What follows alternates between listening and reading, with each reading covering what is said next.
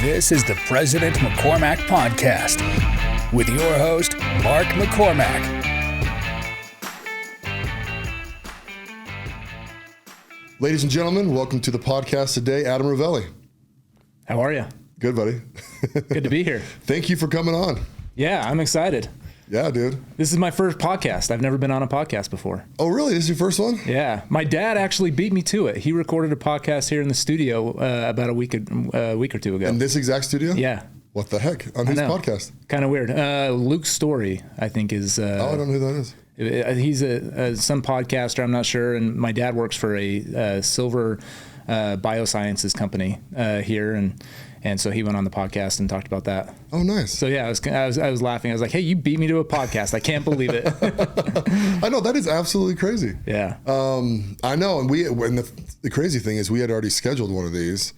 Yeah. And why do we move it? I can't remember. Did I move it? I think there was a conflict that came up.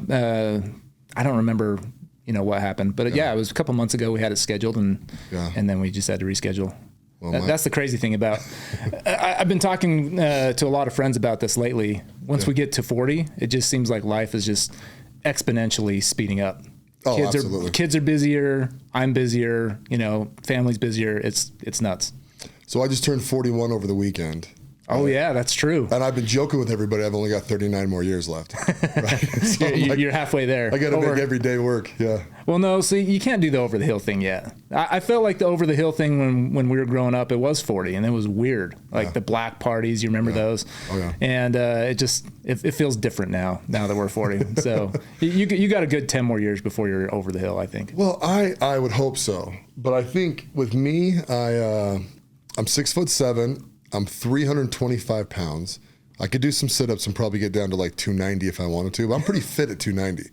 You just don't see 290-pound bros in like their mid to late 80s. Well, yeah. It's a lot of blood to pump. That's kind of true. I guess you got to live life to the fullest then, right? Every day. Yeah. And we could also die tomorrow in a car accident. I know. That's the thing is you never know. Just wild. What's kind of funny about, for the people listening, we went to high school together for sure, junior high together for sure. Did we go to elementary? So I moved to Highland in 5th grade. Okay. And so you were already there, right? Yeah. Okay. Born and raised. Okay. That's what I couldn't remember. So we probably met in 5th grade. We actually moved. I started going to school. We lived in Orem, and I started going to school at the beginning of the school year. And so we would drive from Orem to Highland, which back then it seemed like we were going in the middle of nowhere. Because between Orem and Highland, it was just a bunch of farmers' fields and nothing out there. I was actually kind of mad at my parents that they were moving us to Highland because I was like, "Oh, come on, you're moving me to the middle of nowhere. This sucks." Yeah, from the big city. I was a city guy, at 10 years old, thinking Orem was the big city, and I was not happy about moving to Highland. So did you go to Highland Elementary? Yeah, so we started going at the beginning of the 5th grade year, but we would drive out, and so. And then our house was built and finished, I think, maybe March of 5th grade year. Gotcha. So yeah, that was a little early. Yeah. The house was going to be done till March. Yeah, it was a little early. So were you were an AM kid then? Yeah, I was. AM. I was a PM. Oh, okay. See, there you go. Dirty PM kid. So who's your first 3 friends that you had? I don't know about first 3. So my first 2 friends, I think for sure, were Jake Powell and Marty Johnson. Oh, nice. And they lived close to the elementary. I think part of it was, so we were in the same class together, and they lived pretty close to Highland Elementary. And so when I was waiting for my mom to come and pick us up every day after school, we would play football. And so I kind of remember that, me and Jake and Marty. Was it just in the front of the school, like down that hill? No, so it was kind of in the back of the school, right by the playground area. There was a little grassy area, kind of by where Marty lived, and so we used to just play football right there all the time. I wish I could remember what we called the game. It was like pass, run, interception, or something like that, because it was just one on one, and so it was kind of fun. Yeah, Jake. Both of those guys are some of my favorite people. Jake was in my first ward. So Jake Powell, interesting. So I lived in 2 houses in Highland. So my first house was, our elementary school was on a hill. Yeah. If you shot off that hill to the east, that's the neighborhood that I lived in. Yeah. Okay. So like Ryan Erickson was over there. Uh-huh. Nate Clifton, if you remember him, was in that area. Dylan Long. Yeah. Those are all my we were like baseball throwaway kids. Ryan Erickson and we had like adjacent yards. And Nice. So we were always just hopping the fence. Yeah. Do you remember that term, hopping the fence? Oh yeah. I crashed a few times trying to hop the fence. Man, we had to be had a lot of agility as little kids. We're jumping 6 foot tall fences like all the time. Like, Yeah. preferred method Oh of yeah. transportation. Yeah, that's the way to do it. Now my kids can say, "Oh, I'm going to go hop the fence." No, don't do that. Yeah. Because of all the times I fell and almost cracked my head open. Oh yeah. Plus the fences back then, dude, were just like raw wood, and then our Yeah. dads would spray them with like something. You know, probably. you know what's crazy? I was thinking about this the other day. So our house was over kind of by the mouth of American Fork Canyon. Yeah. And my parents, not saying anything bad about my parents, but they used to let me ride my bike over from, about the mouth of American Fork Canyon over to Marty's house at Island Elementary. Yeah. Along that road. And now you look at that and it's like, there's no way I would let my sixth grader ride his bike along, because that road's a huge highway now, but back then it was nothing. Oh, yeah. We didn't even have a stoplight on that road. No. In fact, we only had KK, Yep. Country Corner. Yep, KK. Oh, yeah. Yeah, that was it. The grocery store area wasn't there or anything, so. We would have to talk my mom into it, but she would relent every now and again and let us ride our bikes at KK, which we thought was like an eternity away. Oh, yeah. We bust down there with freaking probably $2, right? $2-3, and it's like, dude, that was enough to buy a lot of candy. Oh, yeah, back then. A candy bar was probably 25 cents, right? Yeah, I feel like that was. Yeah, sodas were like 25 or 50 cents. And Yeah. so did you ever ride up to the card shop in Alpine? No, so the longest ride we would ever make. So like I said, the Ericksons were like adjacent to us, right? So I was really good friends with Ryan and Justin, and my birthdays, they're like a year apart, and I'm like right in the middle of them. So I'm almost the same age as both of them. Yeah. But their mom was the manager at Arby's. Oh, And okay. so we would actually ride our BMX like 1-speed bikes, right? Yeah. All the way down there. Wow. Which even right now, dude, it'd be like, oh, that's a minute. I mean, we're talking. That's a good ride. Yeah, it's a good ride. Most Yeah. of it's downhill, which is Yeah. good, right? And then we'd hang out with her. She'd give us like as much food as we wanted to eat, which is probably a sandwich and an apple turnover back Yeah. then. And then she'd bring us home after her shift. And so That's a good way to do it. So you ride downhill and then don't have to worry about riding back up. yeah, I don't know if I could make it back up in a BMX. Yeah, in a Like, that BMX, would be, even right now, that would be rough. Yeah. It'd be super rough. But that was the best place in the world to grow up, Oh yeah, it was great. Well, that's the thing is I was mad, when we moved out there because I thought it was just the country. But that's the thing is it was small town enough that we could ride our bikes all around and have fun, ride over to the park, and it was a good place. I liked it. Well, it's funny too because it wasn't without danger, right? I mean, we had like open ditches everywhere. Oh yeah. Like, I mean, the stuff we'd get into was it is farm town kind of crazy. Yeah. But it was, it was the best. I mean, our elementary school seemed like it was just the biggest spot ever, right? Oh, I mean, yeah. In the back of there, we'd play tag every Huge open recess field and Yeah. yeah. We actually had an open ditch in our backyard. Oh, did you? Yeah. In fact, it got covered up. I think when we were we were in high school for sure. I remember because we were putting the pipe down into the ditch, and I grabbed a couple of guys from football practice, and Jake Powell was one of them. Yeah. And we went over and we were helping my dad put the pipe down in, and Jake almost sliced his thumb off. Oh, really? Yeah. And yeah, that was not good, right? He was supposed to go back to football practice, and we had to take him to the emergency room and get stitched up on his thumb. So Oh, that bad, huh? yeah, it was pretty crazy. bad. Dude, that's, so let me think. So were you friends with like Isaac Proctor then? Yeah. Yep. So Isaac. who else were you friends with then in that group? How did it grow? So yeah, Jake, Marty, Jake Anderson became friends with because he lived pretty close to me. So that was, like in elementary school, Dan Child a little bit. Oh, really? Yeah. There was a funny story about Dan. I remember, I think it was Dan. It was the first day of sixth grade. It's probably Dan. Yeah, it was probably Dan. And he got on the wrong school bus. He got on our school bus. And we lived, quite a bit of ways from where Dan lived. And so he came to our house and hung out. For some reason, I remember that random story. I probably haven't thought about that story in 20 years, but, there was a lot of kids. And then I lived right by like Dave Barr, Michael Lacanata, those guys. So I became friends with them pretty fast because we lived right on the same street. And you were all AM kids, right? I think so. Yeah. Was Jake Powell an AM kid? Yeah. See, that's crazy. So that was like Highlands 6th Ward, dude. That was like my guys, right? Like my scouting is all with them. Yeah. Like, yeah, man, those are like really fond memories back in the day. I know. With all those guys. It's kind of fun to look back every once in a while and think about those days because it was good. You know, and a lot of people, I guess I feel lucky. You know, a lot of people have bad memories of junior high and high school and stuff. I have great memories. Yeah. I thought it was a fantastic time. Me too.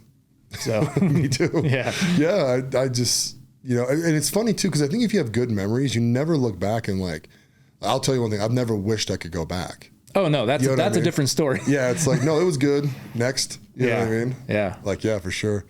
I'm trying to think who else. So yeah, it must have been like, so there was like my neighborhood and there was like Jake Powell's neighborhood. And then it was like Strasburg Park at the end, you know what I mean? Kind of like that linear, that was like my ward boundaries. Okay. And I think my neighborhood was PM and then north was PM. And then below my neighborhood or south of my neighborhood was like all the AM kids. And then kind of, you know, on the way over to where your guys' house were.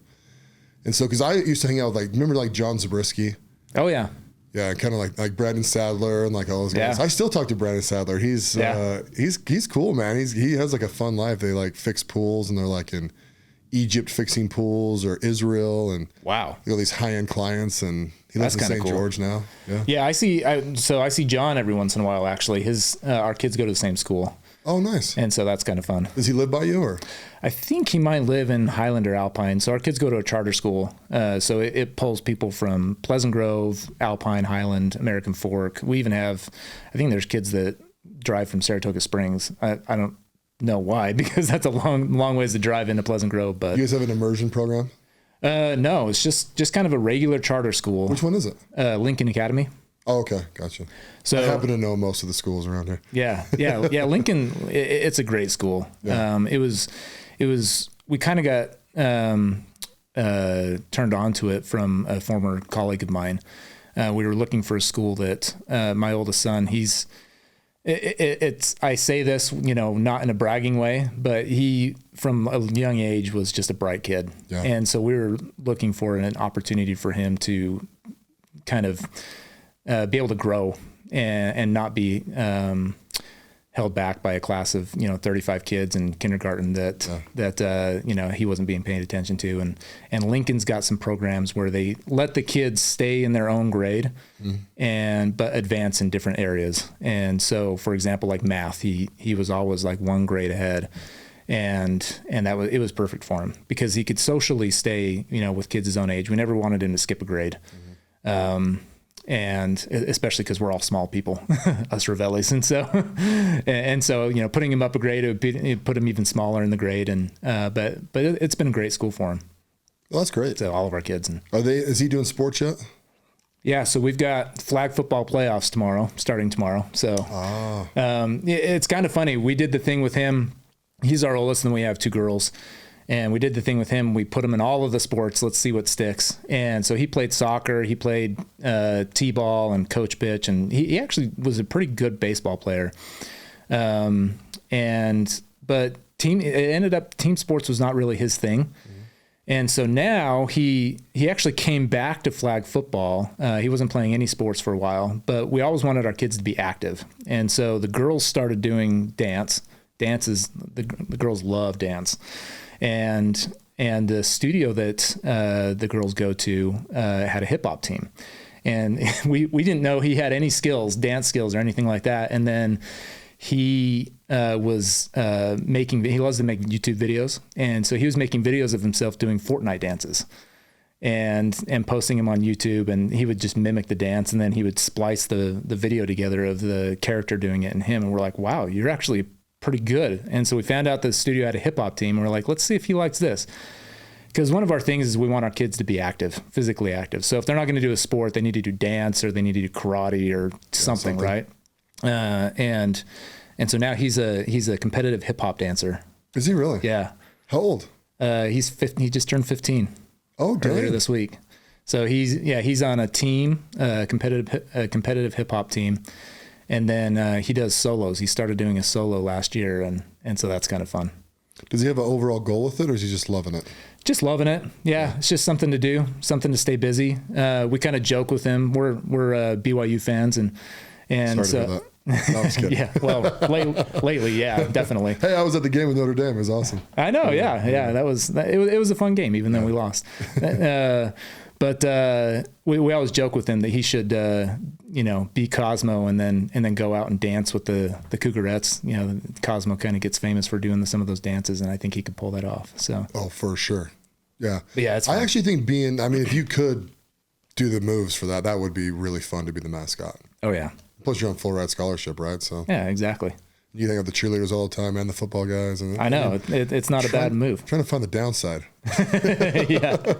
Get a big reveal at the end or something like that, who it was, at the end of his career or something. I could think the downside would be the 90-degree, weather, and then you're in that mascot costume dancing around. That's true. That could be a little bad. We'll get him a real nice camel pack. Yeah, there we go.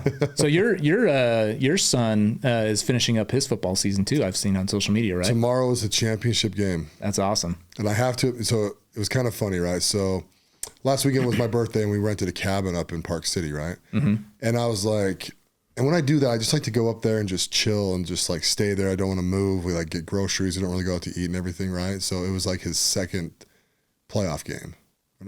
Second playoff game. So the week before that. Right, and all the coaches are going to hate me for saying this, but I was kind of like, I don't really care if we lose, right? Yeah. He's 10, right? And I'm like, my son likes it, but he's not like a star player or anything, and he's just kind of like, oh, like whatever. Yeah. So anyways, we end up winning, so then I'm like, okay, I'll come down. So, my wife and I come down for the game, the grandparents bring him over, and it's freaking freezing. Oh, yeah. Right? Like so cold last week. And we're sitting there, oh, sorry, I'll back it up. So the week before,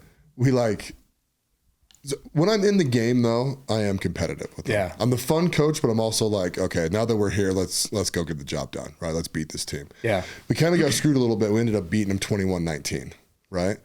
And I'm saying, a couple of people came to see Nixon play, some of our friends from the neighborhood, and a couple of stuff like that, right? And so as we're walking off, it's just me and Nixon, right? Because we stayed late and helped tear down and all the stuff. Yeah. And he goes, Dad, I was kind of hoping, and I go, don't say it. Don't say it. We're on to the next game, son. Next week we're playing our next playoff game. He's like, okay, Dad. That's hilarious. And so last week, we come down, we freaking beat this team like a drum, dude, like 34-19. They score in the last 10 seconds, so it was really more like, 34-13. Yeah. And the kids are all jacked and like super happy, and I'm like, this is kind of fun. I'm like, okay, let's see what we can do here, But in the regular season, we only won 2 games, 2 out of like 6 or 7 or how many we played. Yeah. And, but we were like fumbling like crazy, and like there was all this like just stuff going on, they're 10, right? So it's like. Yeah, so is it 5th grade? Or, that age group? So I don't know, because my kids are homeschooled. Yeah. So I don't really know what grade they're in. I think it's 5th. Okay, so he's 10. He's Z down, so it's probably 10, so probably around that age group. Yeah. Gremlins, whatever Gremlins are. I don't know. It's so different than when we grew up. Oh, totally, dude. I'm out there like Mighty Mites, Gremlins, other things. I'm like, how old are these kids? You know what I mean? Yeah. So. We barely fielded a team in 6th grade, I remember. I know. I got recruited like 2 games in. Yeah. They're like, you're big, come play. And I was like, okay. I remember I got in trouble at the beginning of the season, and my parents threatened to pull me from football as a punishment. And I said, they only have 11 players. They have to have 11. I have to stay on the team. Yeah, you're punishing the whole team. It kept me on, so that was good. Oh, good. Yeah, it's fun. It's fun though, man. So so one of my good friends, Ryan Bingham, played for the Chargers. He played for Nebraska and the. Yeah. Do you remember have you listened to that podcast yet with him? I haven't gotten to that one yet. No. Oh, it's funny. So do you remember when we were in high school? There was a kid named Creatine Creation. That does sound familiar. He was like on the news. Like he was on like USA Today and like all this stuff. Well, that's him. Oh, okay. Right. And he just got on creatine, but he's just a genetic beast, right? Just an absolute beast. And so, but he would like in interviews, and he's one of the best players on the team. I think you go to Alta? Gosh, I can't remember where he went. Anyways, he'll laugh. But but he would like give interviews and he'd be like, yeah, I'm just like take creatine. But he was getting like steroid tested like every week. Oh, so the coaches were saying he was on steroids, and he's just like, no, I just take creatine. And so he just because he's got this nickname, right? Yeah. And so, but I brought him 2 nights ago to speak to the team, and it was so cool, dude. Like kids are just like, and he was a fantastic football player, but you wouldn't, he's not like Tom Brady, like one of these like super high notoriety guys. Yeah. But really, the kids just loved him, and he gave a speech on believing in yourself outside of football. you know, and he's like, you guys have a chance to win, you know, in a couple days and win a championship and go, you know, and that'll be awesome for you guys, but like really believe it in yourself, you know, outside of football. And I'm like, dude, that was like the freaking perfect thing to say. It's like something I would That's say. good. That's good, especially with kids that age too, because they can they can grow an identity that might only tie to football. Yeah. And then, you know, maybe they are a rock star on the field, Yeah. but they don't have confidence off the field. And so I think it's really important for kids to make sure that their identity is not tied to one specific thing, right? Yeah. You know, and, Oh, yeah. and gain confidence in all aspects of their life. Yeah. Yeah. But he, yeah, exactly. And it was, we opened it to question and answers, dude. And man, like one kid, do you have a Lamborghini? He's like, no. Because he played in the NFL? Yeah, he drives a freaking nice car. He made good money in the NFL. Yeah. You know, but he's like, no, man, you know, and I say from the back, I'm like, he doesn't fit in one. You know, he like turns and laughs, you know, kind of thing. And then, you know, one kid asked me what his Madden score was. And he joked around about how he doesn't like Madden. He'd rather play Call of Duty. And, you know, then they asked me if he sacked Tom Brady. He's like, oh, yeah, I sacked Tom Brady. He's like, did you ever go to the Super Bowl? And he's like, well, Tom Brady knocked us out. So when he was playing for the Chargers, when they lost to go into the Super Bowl to the Patriots, when the Patriots lost to the Giants for the first time. Oh, okay. So 07, 08, something was like that. Weddle on that team, or was that before Weddle? When Weddle I think that was before Chargers? Weddle. Okay. Of course, I don't really know.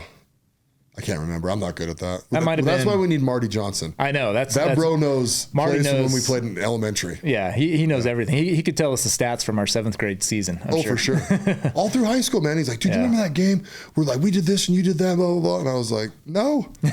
I'm like, no. How do you remember all this stuff? Dude, he's like a savant with that. Yeah, he really is. He's like a sports encyclopedia. Yeah. So anyway, anyways, going back to football, it's like, yeah. So then I actually have another guy coming tonight to speak to us. Tonight's our last practice. Uh-huh. His name's Ben Kajar, and he's a really cool guy. Really, really, he's a motivational speaker. And I'm in this men's group, and he's my current accountability partner. And he's just like, dude, I want to come speak to the kids. And I'm like, all right, bro, come. So what's the latest with the men's group? You brought it up. I'm curious because I saw the Moab trip a little while ago, and you jumped off the cliff, right? Yep, jumped off the cliff. That looked crazy because I don't know if I could do that. If you were there, you would have, because we set the standard high. Yeah. Yeah, dude. No, so I joined this men's group, and I joined it because one or two of my buddies that are in it were just like, dude, you got to do this with us. And I mean, not to sound like arrogant, but I'm like, I don't need a men's group. Like, I don't need to be motivated. I don't need to better myself, which sounds stupid. I mean, everyone needs to better themselves, right? But like, you know what I mean? Like, it's a 2.5-year commitment. It's not cheap. But you're feeling like you're in a good spot. I get it.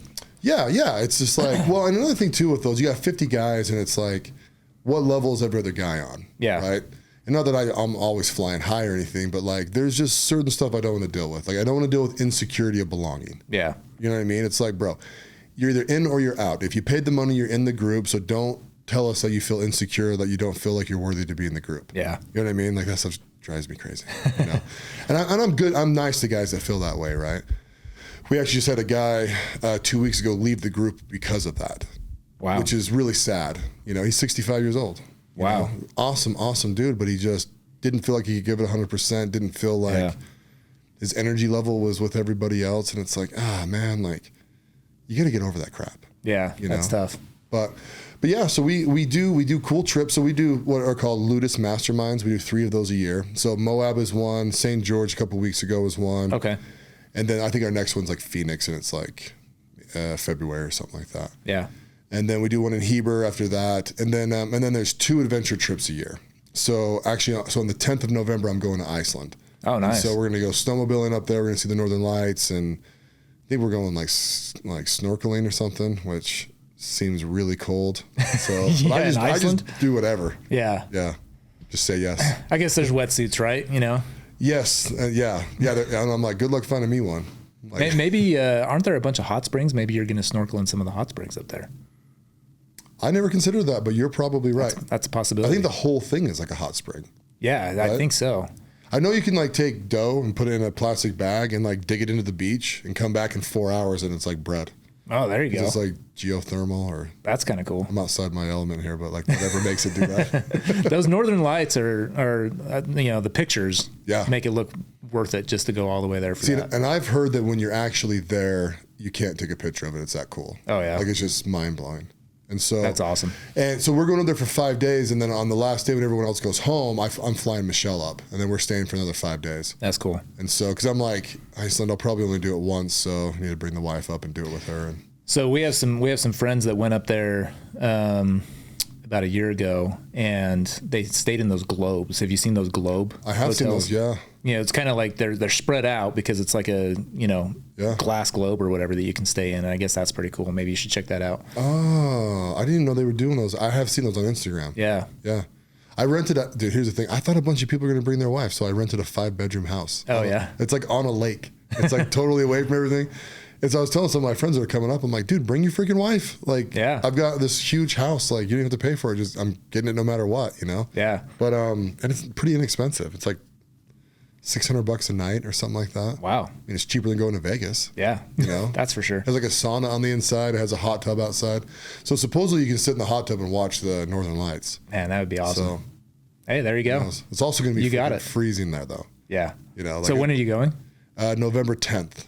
And yeah. And Michelle comes up on like the 16th, 15th or 16th, and we come home like on the 20th or 21st. Nice. So that'll be fun. It's actually pretty cheap to get up there. Yeah. Like we fly to New York, and then from New York up to Iceland. I think I paid like $800 for a first class ticket. Yeah, that's not bad at all. That's round trip, yeah. Yeah, we went to Miami earlier this year. I think the tickets were more than that. Oh yeah. Staying in the States. So. What did you go to Miami for?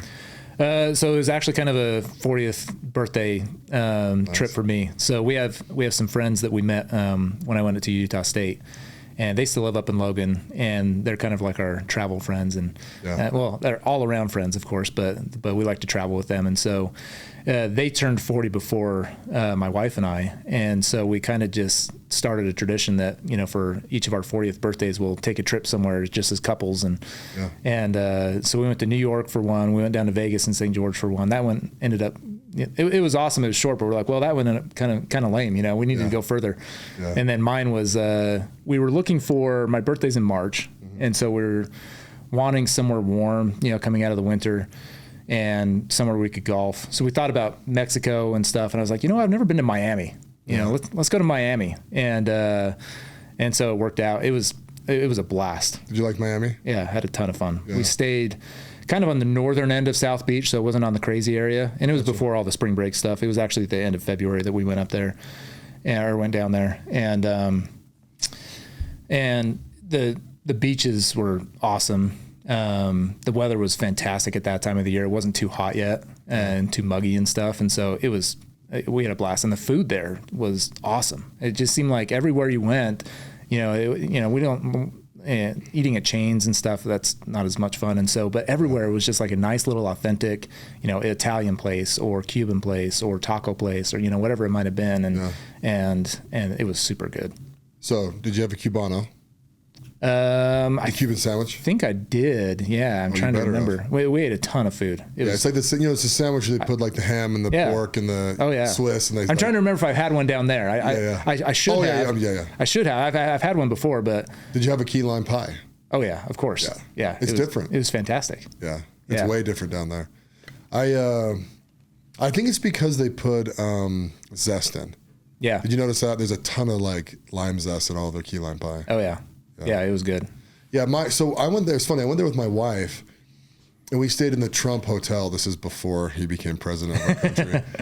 Well, we actually played at the Blue Monster, the Trump course that he bought a few years ago. So how was it? It was a great golf course. Yeah, it was fun. His properties are all nice. I've stayed in probably 4 of them throughout the country, and they've all been pretty nice. Yeah. Yeah. Well, and I mean, that course has been around for a long time. I think he bought it in like 2014 or 2015 or something like that. Okay. And so then when he became president, actually, because it used to be a PGA course, it used to be a regular stop. And so that's why I wanted to play there, because I've seen it on TV before. But when he became president, they stopped holding PGA events there. I don't know if it was politically motivated or a conflict of interest or something. I don't know what it was. Conflict of interest. Yeah, but it was a fun course. There's water everywhere on that course though, so you gotta be careful. One of the funny things about you've been to Washington D.C.? Yeah, a long time ago. Okay, so you haven't been to the old post office he renovated then, right? No, I haven't been there. I haven't been there since right after high school with the that Heritage Tours trip. Did you go on that? No, I didn't. So yeah, that was the last time I've been to DC. Oh, so they went through Washington, D.C.? Yeah. Dude, I don't know why I didn't go on Heritage Tours. I think almost every friend went. You know, I don't think Joe and Rich went. Oh, yeah. I didn't even really know what was going on until you guys were all leaving. Oh, yeah. I was like, wait, what is this? You know, like Dan, you know, one of my good buddies, like, yeah, it's Heritage Tours. And I think Dan was on our trip. And, is it 2 trips in a summer? So I think there was 2. I think there was one in June and one in July. So the one we went on in June, we left the morning after graduation. So we had like our all-night graduation party. Yeah. And then we got like an hour of sleep, and then is that the one you went on the bus? Yeah. Dude, that's crazy. You know what's so funny now that I'm older? Like, there's no way in hell you would get me on a bus to go to the East Coast. For 3 weeks? No way. I don't know how the leaders did it. I don't either. It's insane. Because you guys just drove and drove and drove for like 2 days, right? Oh, yeah. So, yeah, because you don't really get to anything, you know, for the first day and a half or 2 days. Yeah. And so, yeah, I mean, you got on a bus and it was like, you know, Salt Lake all the way to freaking Nebraska, you know. So it was I-80 then, right? Yeah. Oh, God. So you went through Chicago, right? I don't think we went through Chicago on the trip. Oh, no. You didn't? Oh, no, we broke off somewhere? Yeah, we broke off because we ended up, you know, like in the Ohio area. Oh, no, you went through Chicago then. Maybe we did go through Chicago. I don't know. It was a long time ago, I guess. Yeah, it is a long time ago. yeah. So anyway, that's the longest DC. drive I've ever done. So I was in Fort Wayne, Indiana. Oh, yeah. Right? So I fly into Indiana, and I have and my manufacturer's out there, right? So like in Noblesville. Yeah. So like Indianapolis. And I had an installer up in Fort Wayne, and he calls me, and he's like, Mark, and then this is before I left, right? He goes, dude, I'm doing this job. I probably need your help. And I was like, oh, okay, you know, I've got a couple of days of meetings. I'll have you come down and grab me in a car, and then I'll help you with that. Then I'll just fly home, right? Yeah. This is a learning experience for me. So I get there. We knock it out in like 8 or 9 hours, right? So basically in a day, but we work till probably 1 a.m., right? Yeah.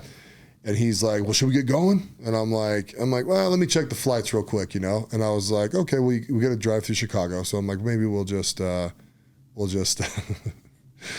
get a flight out of there. Have you ever tried to book a flight same day? I don't think I have actually, no. Bro, it was like $1,500 for economy. And I was like, staring at my phone like, oh no. Like, I'm not paying that. This is bullcrap. So I'm like looking at Des Moines. I'm looking at like all these airports all over the place. Back to Indy. I'm like, I'll make him drive back down to Indianapolis.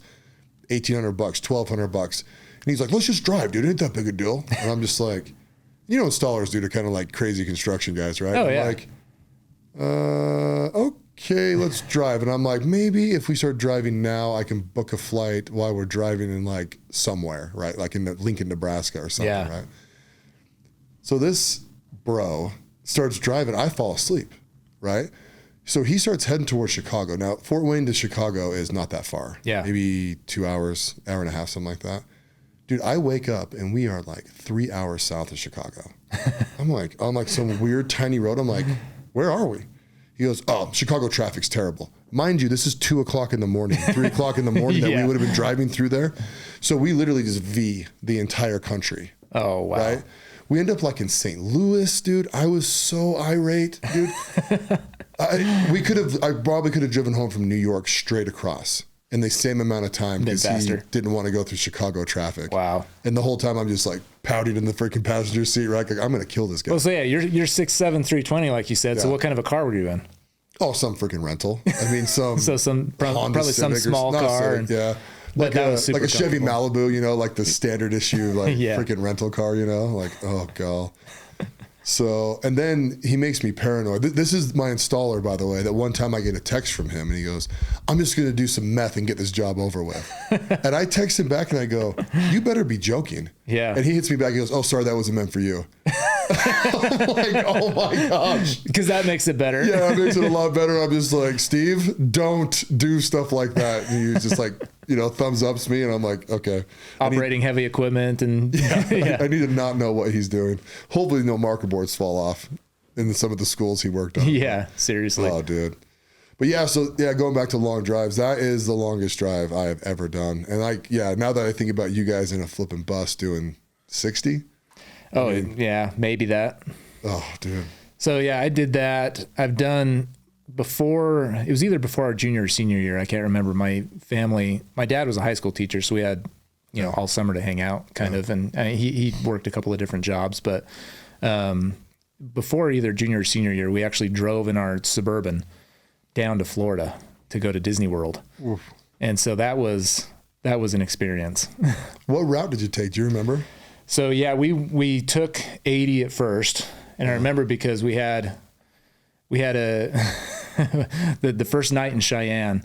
My parents were like, "This is not how this trip is going to go," because we were being terrible kids. I was the oldest of 5, and my youngest sister, I think she was maybe like 3 or 4 or something like that. I mean, she wasn't very old, and or maybe even younger. And so we were being terrible kids in a Suburban, and so we had I call it the come to Jesus moment, right? It's like either we're turning around and we're going home or we're canceling the trip, or else you guys are going to be better. So we took 80 out, and my mom had a friend in Illinois, I remember, so we went and visited her. Gotcha. And then we drove, just kind of made our way down through like Kentucky and Georgia and went down that area. Yeah, from there you would have went right through Indianapolis, probably, right, and then through Kentucky. Possibly, yeah. That was, and looking back, that first night was like the worst part. The first day was the worst part, and then it ended up being fine. You should have seen the rig though that we had. So this is before a lot of digital stuff, right? So my dad rigged a wooden stand to put in between the driver's and passenger seat, and then we had one of those TV VCR combos. Oh yeah. And we brought our Nintendo 64. And so we had a whole box of VHS tapes so we could watch movies. And then we could hook up the Nintendo 64 and play Nintendo all the way down. Game? Oh, well, I mean, GoldenEye. Mario Kart, those were the classics. GoldenEye's coming back, I've heard. So on what platform? I don't know. I think it might be on the Nintendo Switch thing or something like that. Really? But I heard that the other day. I was like, that's a classic. I love that game. Do you remember hooking up? Did you ever play with us when we hooked it up in the auditorium?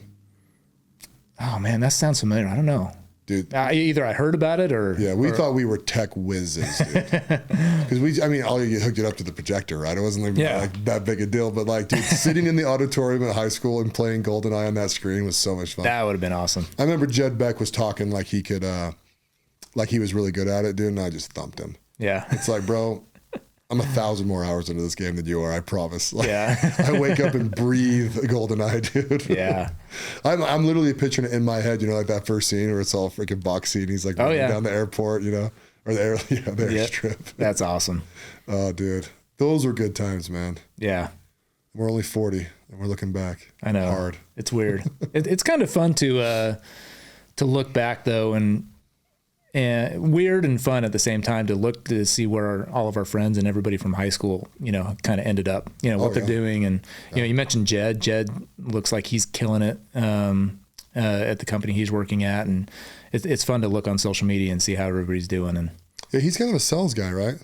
I think so. Yeah. I think he's like, I don't want to misspeak, but I think he's, head of sales, for the company or chief revenue officer or something like that. Yeah. Oh, cool. So. Yeah, if I remember right, did he move to New Mexico or something like that? I'm not sure. I actually know the most information about him from TIG. Oh, yeah. So before TIG passed away, he was, I posted a job opening for a welder. Uh-huh. And TIG just drove over one. It was a night position. It started at not real night, but it was like 6 o'clock or 5:30 at night and went to 1 o'clock in the morning. Mm-hmm. So he pulls up one day and he's like, FJ, right?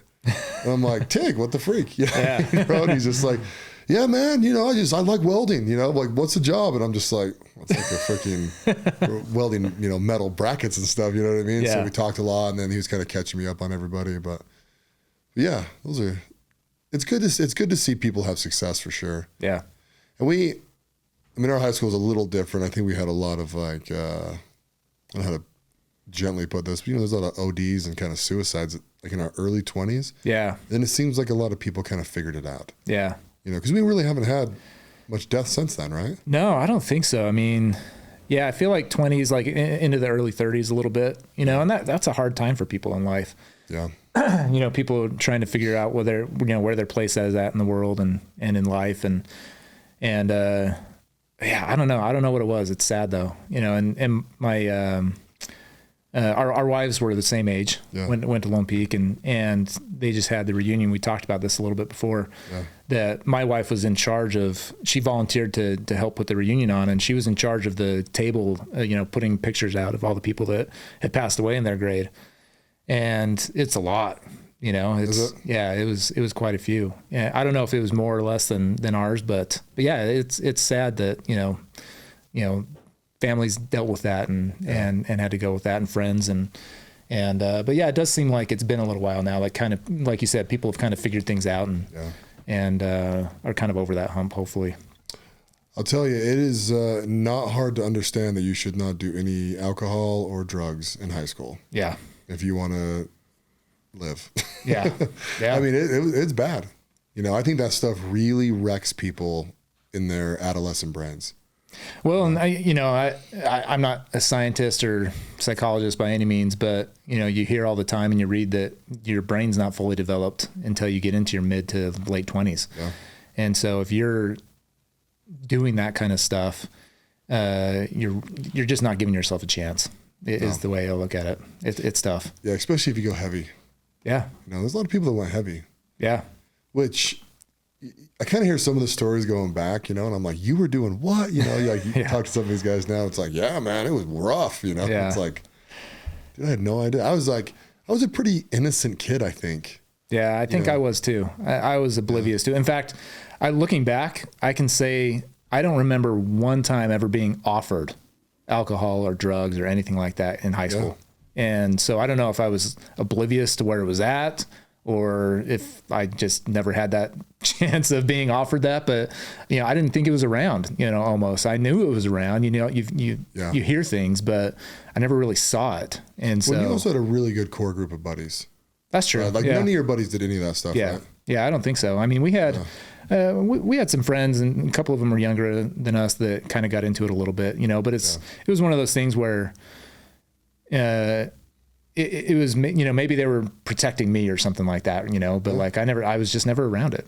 So as you say that, I'm trying to think if I was ever really offered it. I was in a few parties, where there was alcohol, but it was almost like it was hidden, right? Yeah. It was almost like you kind of had to be in the group that was doing it for them to offer it to you. I think so. Yeah. It kind of feels like that.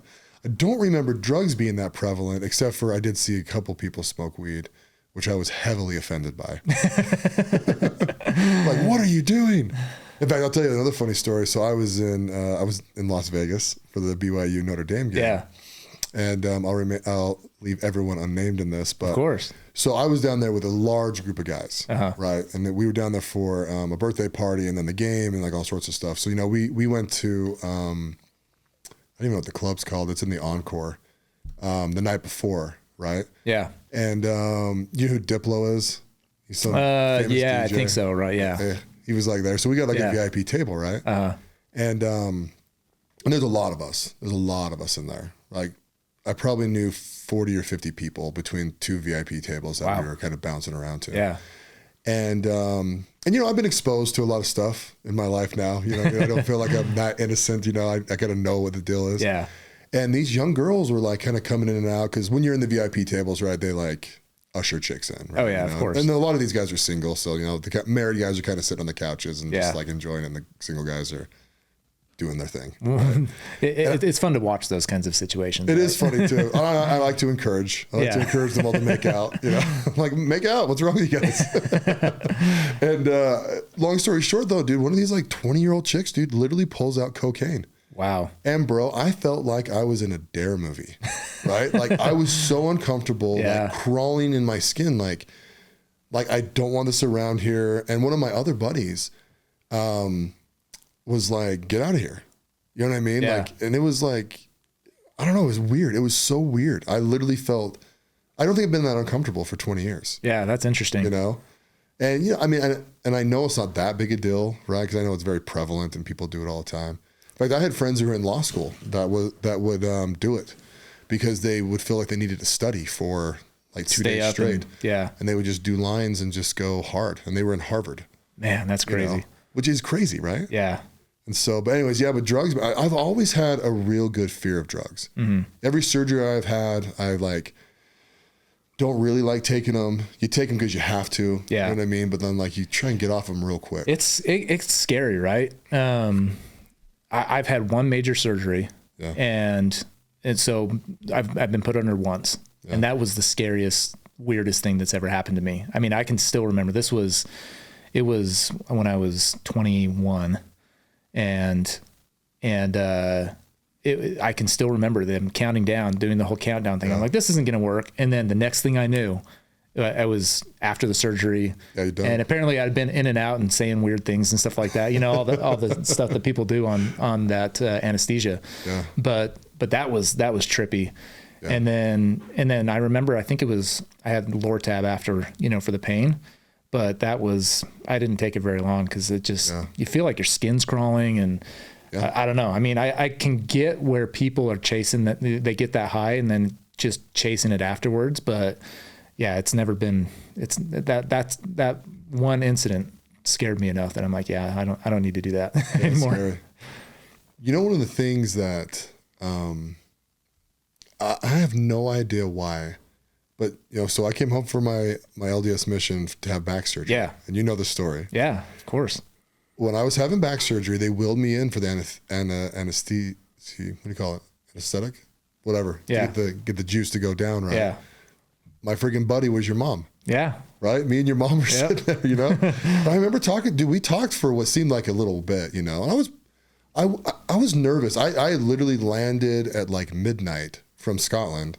And then we were probably next to each other by 5:30 in the morning. Yeah. Right. We were both like, you know, what are you doing here? And like, she said her name and I'm like, you know, Adam? She's like, that's my son. You know, I was like, Adam's one of my friends. Like, oh, she's like, oh, really? You know, like we just had this whole moment.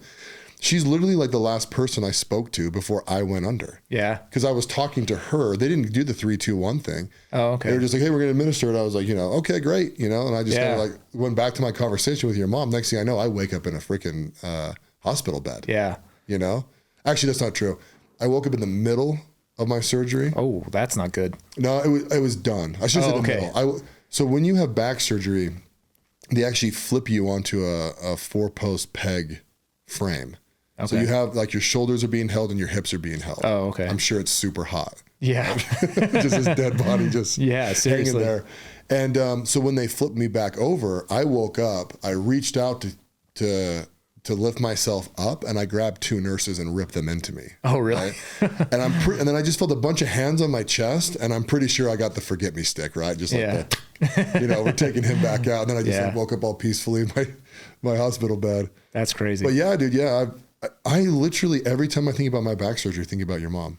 Yeah. So I was on my mission at the same time and I was in Russia and so I heard about it afterwards and still to this day, she will talk about that. And as much as the comfort she was for you, you were that much of a comfort for her too. Oh, really? Oh yeah. Oh, that's nice. No, it was the one fond memory, you know, of a situation like that. Cause she was going in for brain surgery. She had a nerve issue in her brain where they had to separate the nerves because they were touching each other. The nerves were touching each other and misfiring, and so it was, you know, kind of a scary time for her. And so we always talk about that. In fact, I'll be in trouble if I tell her that, or if I don't tell her that we were hanging out today. And doing nice. This. So yeah, nice. Oh, so, I love that, dude. Yeah, dude. This just kind of popped in my head. How old would your mom have been? So she was young. She was actually probably about our age right now because so I'm about 20 years, my parents about 20 years older than me. Yeah. And if I was 19 on a mission at that time, so she would have been, 39 years old.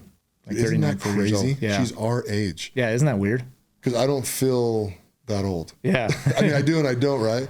But like, if I was sitting next to like one of my kids' friends, like we're both kind of, dude, that's wild to think. I need to see your mom. Yeah. I want to give her a hug. Yeah. That'd be awesome. That's freaking dope. Yeah. Yeah. And, I mean, what a funny, mutual, beneficial thing. I mean, it really was making me feel comfortable. Like I knew my doctor, he lived in my neighborhood and stuff, but I didn't even see him until way after, you know. Yeah. We were just kind of sitting there both like, all right, you ready to go? Yeah. That must have been such a weird experience for you to, you know, like you said, get off a plane and then all of a sudden you're in the hospital and, you know, kind of back into a new environment. And, I didn't even go to sleep. Yeah. You know, because I got home, you know, my family's all there. Yeah. I'm trying to remember if I don't think I had any friends come over because I think everyone was gone. But my mom and dad were just talking to me. My brothers and sister were like all about, me being home. And then, we left the house at like, I don't know, 4:45 because it was done at Provo. Yeah. Right? So got to go get prepped and the whole freaking thing. And one of the weirdest things that happened to me, right? So I was there I want to say I was in the hospital for 3 days.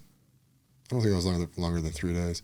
But when I came out, it was August. And literally as they're like wheeling me out, when the doors opened and the hot air hit me in the face, it cracked my lips. Oh, really? They started to bleed. Wow. Yeah, I got in the car. My mom's like, look at your lips. And I'm like, what the freak? Because I'd been in Scotland. It's super humid. Yeah. So back in that Utah dry air. Yeah. And it was like, I don't know, 100 degrees or something like that. Yeah. It just cracked my lips so bad. And I was just like, I guess I'm home. Like, this is odd. Yeah. It was interesting because my parents actually didn't tell me that my mom was going into surgery. Oh. And back then, communication in Russia too. I mean, it was we had email. We were one of the first missions to be able to do email, which sounds funny now because kids are FaceTiming their parents every week and stuff. But I do not like. Come on, guys. Yeah, man up a little bit, right? Yeah.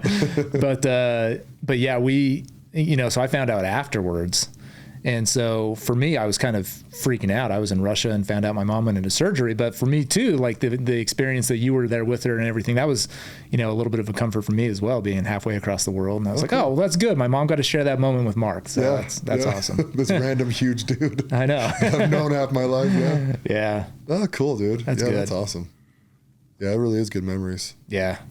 Yeah, definitely. We've been connected here and there for a long time, haven't we? Yeah, we have. And now we play fantasy football for years and years. Yep. Which I've lost my winning way. We cannot win in this stupid league. This was the year I actually felt pretty good coming out of the draft. Usually I don't feel good, and then I do decent. Yeah. I felt great about my running back core, and now I've had 2 of them go on IR, and yeah. Oh, really? Who'd you have? So I had Eli Mitchell and Rashad Penny. Both of them got injured and are out for the season. Now, last night I'm reading that Jamar Chase, my one good wide receiver, is going to be put on IR for the next 4 to 6 weeks. So, gosh, that's great. Yeah, I've got so I have in my work league, which is the one that I strive to be the best. Yeah. Right? Mostly because I come in every Monday and Tuesday and talk mad shit to everybody. And I'm currently number 1. Which is one of the primary purposes of fantasy football. Right.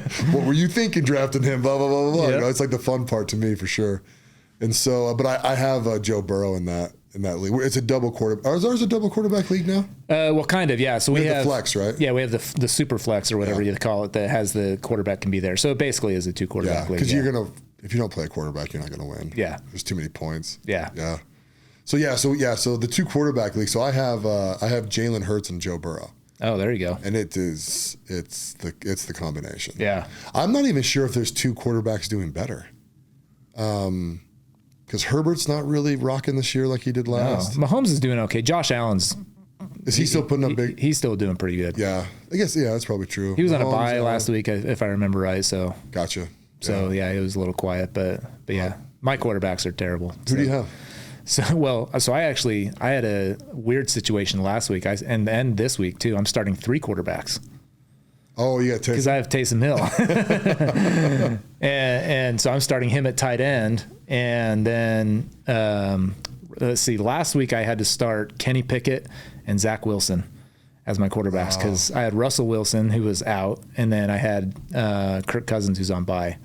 so that it was a pretty much guaranteed loss that week. Zach Wilson in, huh? Hey, I want him to do better, man. He's got the skills. Oh, he does. The problem is he's on a garbage. I know. I was so sad to see him go to the Jets. As a BYU fan, of course, you want to see the BYU guys do well in the NFL and all the local guys really. But yeah, when he got drafted by the Jets, I was like, oh man, that's just like a death sentence for his career. What pick was he? I think he was the 2nd.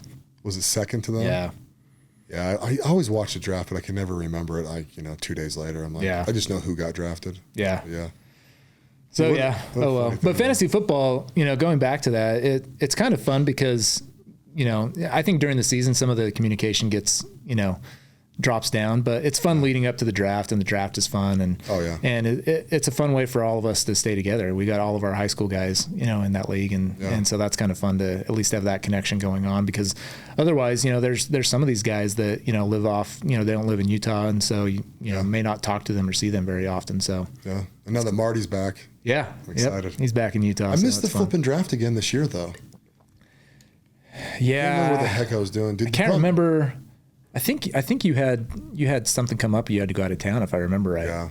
So see, August is my busiest month. Yeah, that's when a tough we draft month. in August, it's just like it's freaking dumb. But dude, I love doing that. It's always fun seeing Barr and all the freaking guys and Anderson and it's been a minute. What did we do it this year? Did we do it at your house again? No, we did it at Adam Chase's house this year. Oh, over at Adam's? Okay, cool. So it was fun. We actually had I was there. Adam, obviously, Dave, Jake, and Marty was there. So I think it was one of our most highly attended. Oh, and Cade was there too. Cade Garrett. Oh, was Cade there? Yep. Oh, nice. So it was. What about Michael? He didn't come? No, he didn't come. I don't know what.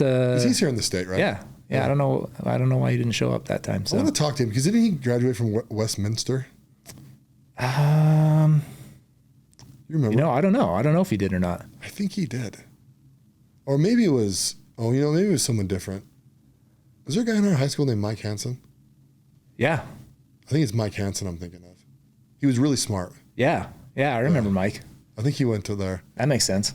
See, I like to tease people that go there, though, because I'm like, it's the unknown Harvard of Utah. Yeah. And everyone's like, what does that mean? It's like, it means exactly what I said. Yeah, that's actually, there's not a better description for it than you guys act like you've gone to Harvard until you go to like Denver, and everyone's like, where the hell's that school? Yeah. Oh, it's funny. So let's pivot a tad. You're an attorney. I am an attorney. You chose the lawyer path. Yeah, I feel like you and I have opposite paths, where you were planning to go to law school and ended up not going. Law school was not even in my vision at all. Yeah. I was a high school teacher, so I graduated with a history degree and taught high school at Taylorsville High School. Coached track and coached football.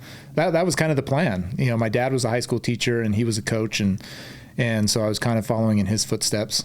And then, it's probably one of those things that I should have realized as I was growing up, the fact that he had 3 jobs and my mom worked a job or 2 as well, to make ends meet. And they did a fantastic job. We were never, growing up, we were never, wanting, if we wanted to play sports, like it was one of those things that they made things happen, you know, and so my parents are very hardworking people and always made sure that, we were taking care of his kids but it was something that it kind of didn't click until I was a teacher, and I was like, wow, teachers don't make any money at all.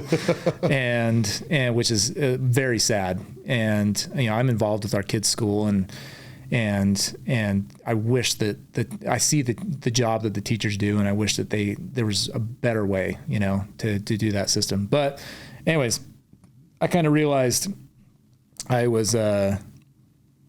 just didn't know if teaching was going to be a long-term thing for me. Yeah. I wanted to do a little bit more. And so I started looking at graduate degrees and didn't really know what to do. I could get like a master's in education, but that was limiting. Then I would be stuck in education. And I liked education. I liked teaching. It was great, but I just didn't know if I wanted to do it for my entire career. And looked at like an MBA, and I was like, I don't know, that's super generic. Everybody does an MBA. And then one of our friends, Josh Stoddard, he was studying for the LSAT. And so I was talking to him, and he said, yeah, you should look into law school. And so I started looking into it, and that was kind of the one degree that didn't seem limiting to me. I could practice law, I could go into business, I could go back into education if I wanted to. And it was a little deceiving, because I was looking at, doing my research and looking at all the employment numbers and the starting salaries and stuff. And it was all the information was pre 2008 crash. Right. And so I'm looking at that and I'm like, wow, this looks like it's a guaranteed win, no matter what you do, and so I ended up taking the LSAT. Josh and I took it the same day, and he never went to law school.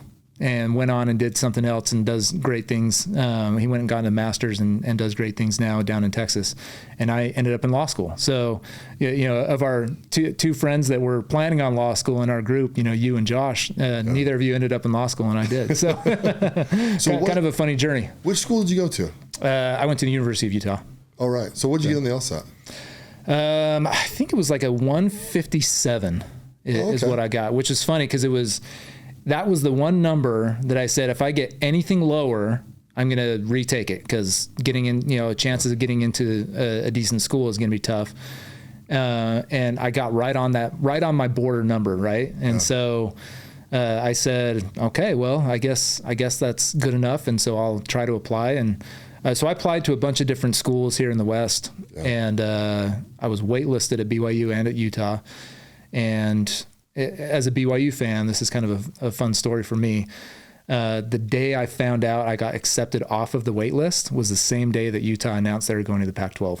Oh, really? Yeah. Thank you. So it was a very bittersweet day that, I'm watching the press conference and I'm all mad as a BYU fan. BYU should have been accepted in there as well. And then I get the call and I'm like, well, this is weird emotionally, because now I'm happy I get to, stay in state. And, we had our son at the time, and we're, looking to have more kids and wanted to stay around family. So it worked out. Did you do the full program, right?